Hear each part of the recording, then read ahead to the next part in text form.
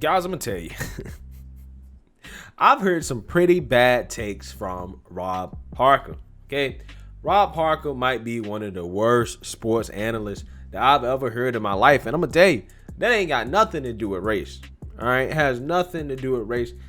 The guy is just consistently off base, in my opinion.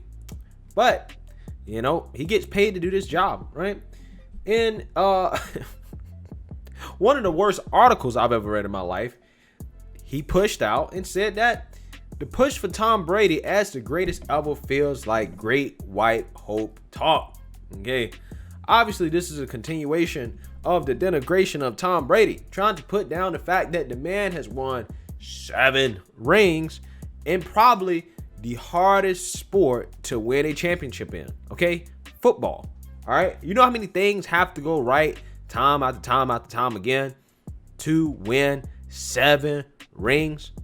I mean, Tom Brady has won more rings than a lot of teams have won combined. I don't know the exact number. Probably should look that up. But Tom Brady, I mean, at this point, if you continue to hate the man and deny the greatness, you just a hater, right? And I wish Rob Parker would just come out and just say, I'm just hating. So let's read this article because, man, it is really, really, really something.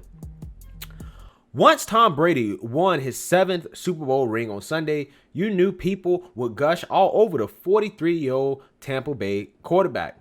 It was natural. After all, it gave Brady more championships than any other franchise in the league. The Pittsburgh Steelers and the New England Patriots both won 6 championships, one behind Brady. Exactly what I was saying, right? This man, 7 championships is ridiculous. Many jumped at the chance to proclaim Brady as the greatest of all time in the NFL, whether he was directly involved in his team actually winning the game or not. I mean, what is the common denominator, right, between all Brady's championships? I mean, he went to the Bucs for that reason. His reason for going to the Bucs was to prove that he could win without Bill Belichick, that it's not just Bill Belichick, it's him, right? He has a lot to do with that. That was the whole point. So, I mean, I would argue that Brady, at the very least, is a very, very, very important piece, if not the most important piece. Because look where the Bucs were at last year with Jameis Winston. Brady has won more than half of his titles on the back of his team's defense, including the Super Bowl win over the Kansas City Chiefs. Okay, I understand that.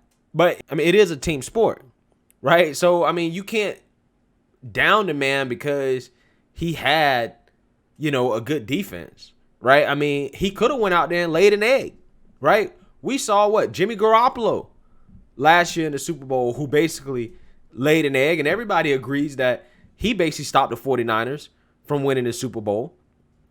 Okay? So, I mean, if he goes out there and he has a bad game, y'all gonna put all the blame on him.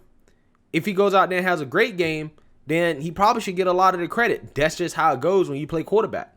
It is what it is. I mean, this has nothing to do with being black or white. This just has to do with how sports work when you're the best player on the team or one of the greatest all time. It is what it is. For Brady fanboys, it didn't matter. It was all about the ring total. That's what it's usually about. Even if you didn't fully agree, you could understand why some would make the case for him. Enter jumping the shark, going off the rails. The next leak was that Brady was the greatest team sports athlete ever. Somehow Brady had passed Michael Jordan now because Brady has 7 rings to Jordan 6. I mean, honestly, it's a pretty decent argument. Again, football, right? You have, 22 guys on the field at one time, right? 11 on your side.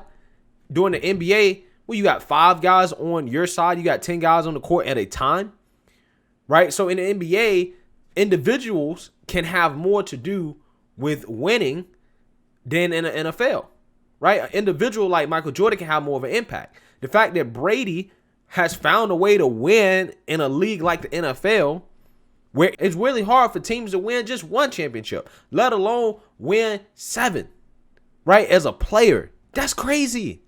That's absolutely insane. He has to be considered in the GOAT talk. And I don't think that, Tom Brady is, a shoe-in as the greatest of all time over Jordan. But honestly, like I said, it's like 1A, 1B right now. I would not blame anybody for arguing either way, right? I can see how you would argue either way. I mean, again, this stuff should not be controversial, but of course, Rob Parker has to make it controversial. The notion just didn't feel silly. It felt like there was more to the narrative, a sinister message, if you will. Plain and simple, it was the propping up of a white athlete over all the black athletes. Oh, here we go with a race card. Here we go with the race card. They love it. Yes, it felt like the great white hope agenda, especially to some in Black America. Not to me. Not to me. I mean, again, what it really felt like is objective analysis and giving a man credit where credit is due. Okay? But you know what? You know what really is an agenda?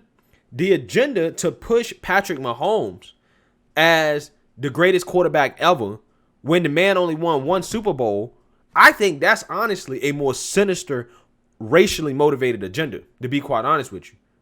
That's really an agenda right there, because Patrick Mahomes had only been in the league, 2 or 3 years now, and people have already proclaiming him, people like Ned Wright and others, as the greatest ever. Okay? Again, when did Patrick Mahomes earn that title? Now, don't get me wrong, Patrick Mahomes, he could be the greatest ever when it's all said and done. He definitely is probably the most talented quarterback ever, right? I mean, probably him and Aaron Rodgers are probably right there together. But to say that he's the greatest or to throw him in the GOAT conversation after just one ring, again, this was a serious conversation that these guys was having. I think really it points to a more sinister narrative when it comes to race, right? I think Patrick Mahomes was getting a pick-me-up and a boost because he was black. But see, they don't want to have that conversation. But they want to have a conversation about a white guy who plays quarterback, who's played at a exceptional level, who's basically going to be playing longer than any quarterback ever, who's won more rings than anybody. Like, come on, man. Some people, or so it seems, want the message to be that Brady, a former 6th-round draft pick, was not only the best player in a sport that is 70% black, but the best in all of sports. Hey, man, if it's true, it's true. The leap isn't logical at all. First of all, there's Jordan, who was 6-0 in NBA Finals and won all 6 NBA Finals MVPs in the process. Then there's Bill Russell, who won 11 NBA championships in 13 seasons with the Boston Celtics. There's LeBron James, Willie Mays, Hank Aaron, and many others. Heck, there are other white guys who won in team sports more than Brady. The Yankees, Yogi Berra, won 10 World Series in New York.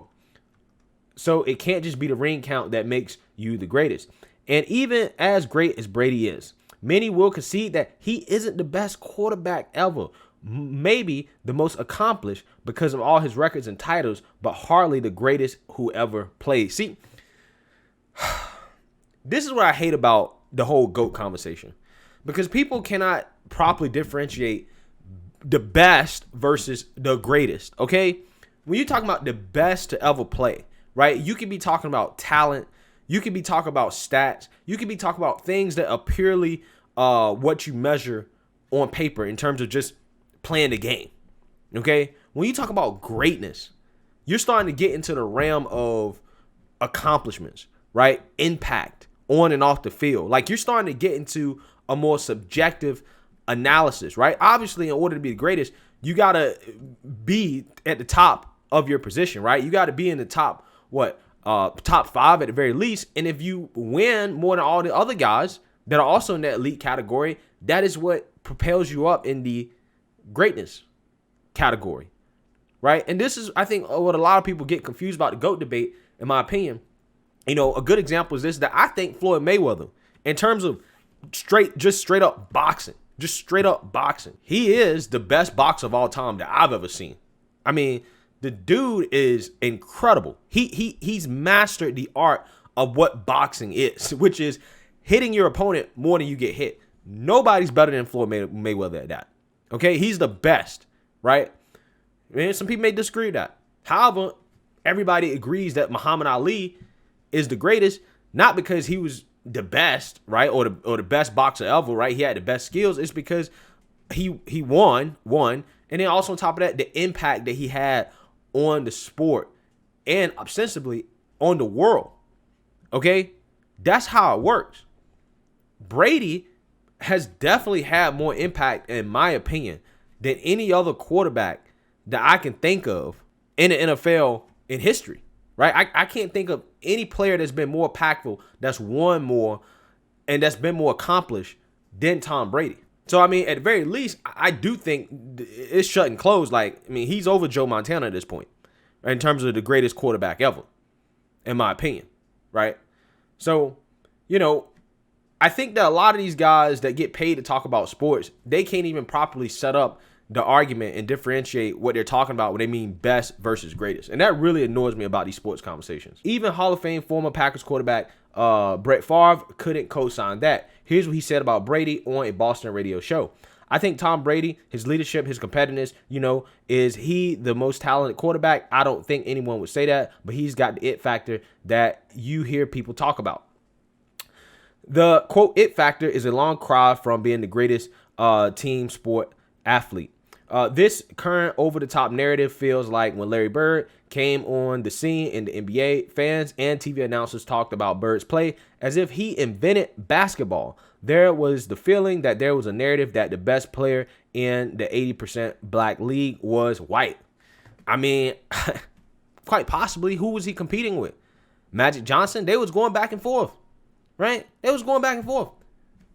But when it's all said and done, I do feel like a lot of people do put Magic over Bird in their all-time rankings, right? So, I mean, this guy in this article, and there's no need to continue to read the rest because he's just talking about stuff that's not really relevant. But, it's just amazing to read articles like this in which this guy is really just grasping for straws, right? If you hate Tom Brady, just say you hate him. If you don't like him, just say you don't like him. Okay, there's no need to pull the race card on this man to try to say, well, people are just saying he the greatest is because he's white. When everybody agreed that the greatest athlete ever probably is Jordan, right? Jordan, Muhammad Ali, all the greatest athletes ever have, in my opinion, a lot of them have been black. Okay? So the thing is that this whole, we just trying to push the white man up above the black man just because he's white, it's really ridiculous. Because honestly, even with 6 rings, nobody was like, Tom Brady's greater than Michael Jordan. People really started to say that Tom Brady was greater than Michael Jordan when he won 7, when he won more than Jordan did. Which is 100% fair, right? That is 100% fair. There's nothing wrong with that. Okay? If a white man dominates a sport that's mainly black, so what? Who cares? It doesn't matter. It doesn't matter. Luka Doncic is probably better than 95% of the black players in the NBA right now. But who cares? Who cares? It doesn't matter. It doesn't matter. It just blows my mind that these guys get paid to push this type of narrative. They get paid to write BS articles like this that really just come from internally hating on a man simply because of his skin color, right? And they try to push this out like this is some type of, deep and thoughtful analysis. It's like, bro, no, you're just hating, bro. Right? And it's just amazing to see all the closet racists come out and show their true colors when it comes to this Tom Brady situation. Right? That's what's happening. All the closet racists are coming out and they're showing people how mad they are that a white man has won 7 championships and potentially is the greatest athlete of all time. It's nothing wrong with that.